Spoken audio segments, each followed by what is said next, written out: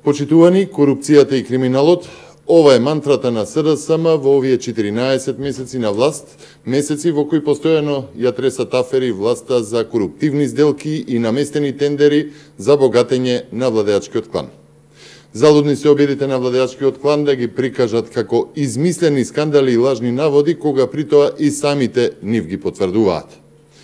Како што и се претпоставуваше за аферата крвави тендери, министерот за здравство Венко Филипче признава дека имало, како вели, недостатоци во тендерската документација.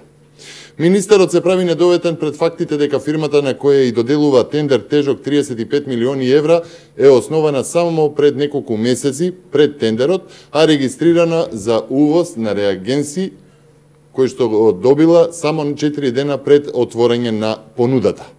При тоа на министерот Филипче, кој што се прави недоветен, не знаел дека било сомнително што на еден волку тежок тендер се појавува само една компанија и тоа нова компанија.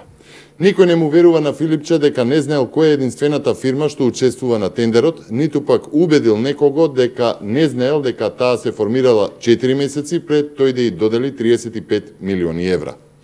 Па од тука поставуваме прашање.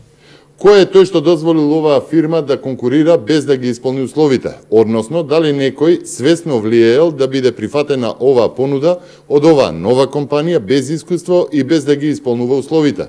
Односно, без регистрација за увоз на реагенси од Агенцијата за лекови. Ова прашање е особено важно имајќи го предвид фактот дека и ВМРО ДПМН и јавноста преку медиумите со месеци упатуваа на тоа дека ваков тендер за ваков проект за централизиран проект е штетен во сферата на здравството и сомнителен како концепт кој нема за цел да го подобри системот, туку само да овозможи богатење на фирми блиски до кланот. Очигледно дека на власта најмалку е важно здравјето на граѓаните, а важно е да си врви бизнисот. Да им беше важен здравствениот систем, овој проект досега ќе беше стопиран. Почитувани, министерот Венко Филипче мора веднаш да се повлече и да се однесува европски и да си даде оставка од функцијата. Во европските земји на кои што се повикуваат за ваков скандал паѓаат влади.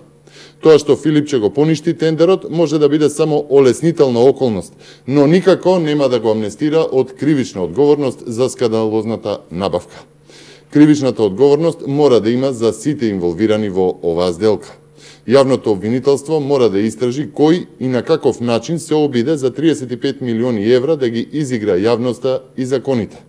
Прашањата мора да бидат расветлени и да следуваат соодветни санкции.